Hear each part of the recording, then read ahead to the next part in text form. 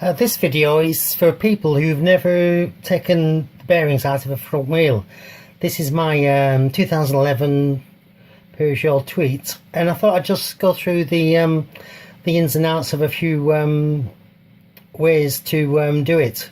So first I thought I'd start not just by showing you the wheel, but showing you what's inside in the centre of the wheel. So this is the spacer. This fits actually in between the two bearings. So normally you'd never see this unless you take the bearings out. This will never be visible. In fact, you'll see that it's got a hole through it. That's where the I think I'll start again. Yeah, I thought I'd carry on as I made such a good start there. So it's the spindle, the front wheel spindle. This fits through this hole here. So this is down the centre there, and of course the spindle is bolted at one end, fits right through the middle there. So the only other parts to it, of course, is the speedometer, which is actually on the other side of this wheel, and you have two bearings.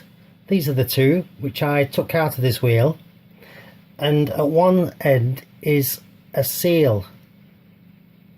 You can see why it's going to have to seal one side in 2 minutes once I get onto that a little bit.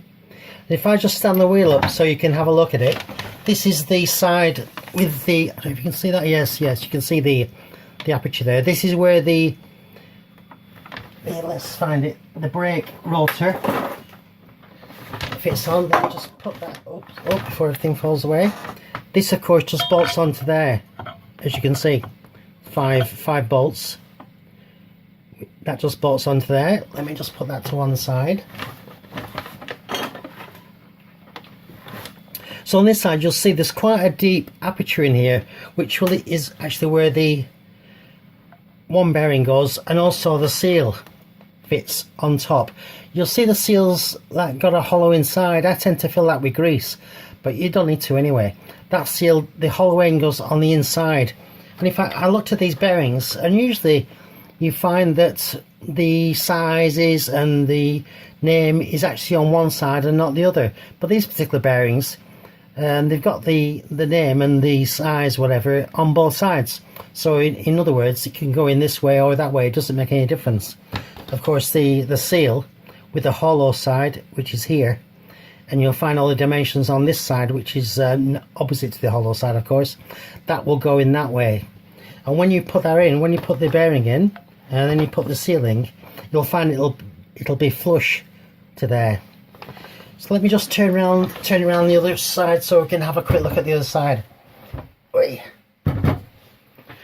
The other side, you'll see this on this Tweet. There's this sort of piece of metal here, and this is where the speedometer locks onto. So on this side, all you have in there is the one bearing. There's no seal at all. Of course, when you put the two seals in, you must remember to make sure that this goes in the inside, through the inside. Just to go back to kind of the start, when you take the wheel off, if you're going to do it yourself, then all you'll see is obviously the one seal at one side and the bearing on the other, and you won't see this. So you need to be able to get the bearings out, you need to use some sort of punch. On what, if I just get hold of a punch to show you.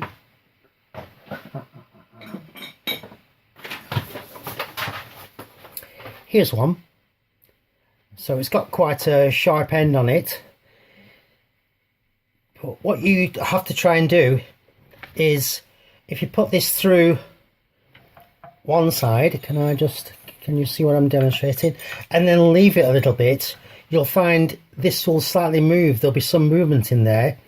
And then once you get the movement, you can push this through and you can catch a lip of the seal, and using a hammer and some sharp taps all around it, hopefully this seal will come out. Once you get one out, of course, this will come out, and the second bearing will come out really easily. Oh, I forgot to mention, the seal itself, just using a screwdriver a little bit under one end, just move it around, this will come out quite easily, really. It's only held in by a bit of suction, I suppose, really, a bit of grease. So that's the first stage. What I've forgotten to mention is the size of these bearings. This one is actually, it's got written on the back of it 6201 RS. There's a range of them, but if you look at this, it's sort of sealed both sides. So 6201, you'll find probably 3 or 4 different kinds. And so you just found one that's similar to how this looks, really. I think some have like a red rubber thing on there, but this is just like a browny blackish thing. So they're only sort of cheap bearings, really. You know, maybe £3.50 or something, and maybe $5 or something each. Quite cheap. And these seals, they're actually, I've got the invoice here for the seals. They're sized 20 by 32 by 5mm, and mine was something like £2.25 or something each. So again, they're quite cheap things to buy and find. So let me just go on to the next step. There are a lot of ways to put these bearings back. Well, 2 maybe, I suppose. One of them is to use the old bearing and put it on top of the new bearing and use a hammer. Or some people actually put these into the freezer to try and shrink them in size, and then using some sort of blowtorch or something to heat in this area around here to get it to expand a little bit, and then hopefully, of course, keeping using gloves, thick gloves or something, this should automatically drop in. But I've actually got a different kind of idea. I use these like a bearing, what do we call it? Bearing press. So I just find one of these that's the right size, which fits on the outside perimeter of this bearing, not the inside. Got to be the outside. So this one's a bit short, but maybe this one, oh, that's a bit too big. Maybe this side, yeah, that's about right, I would say, something around there. And then what happens is you put the bearing into the wheel. Let me just move that over. You put the bearing into the wheel, and this a selection of hammer things. You put that down there, then using a hammer, and of course keeping it all level and making sure that it fits there exactly, you hammer it just gently, and hopefully it should slip in. What you could do, of course, to help it on its way, is to use some grease. I've got some of this waterproof grease. Just maybe put a bit round the perimeter just to help it slip down there. You've just got to be so careful. You don't want to damage the bearing, because then you're going to end up having to buy a new one. And the idea is always to use any force on the outside. Oops, here we go. On the outside of the bearing, not the inside, because the inside is, you know, as you can imagine, the bearings themselves are down in through the center there. If you start pushing that, you can tend to dislodge them and end up with something that's just a bit of ready for the bin. So as mentioned before, this side is where the speedometer mileometer actually locks onto. So on this side only, you just have the bearing inside it. Whereas the other side, which we'll just turn over quickly, this side here is quite a deep hole down there. You'll find there's a bearing and the seal.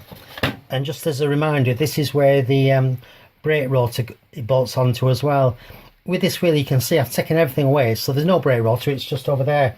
So to make it easier and less complicated, just take everything away, unbolt these, and then put the bearings in, remembering that goes through the middle, of course, and then put the seal on, and hopefully that should be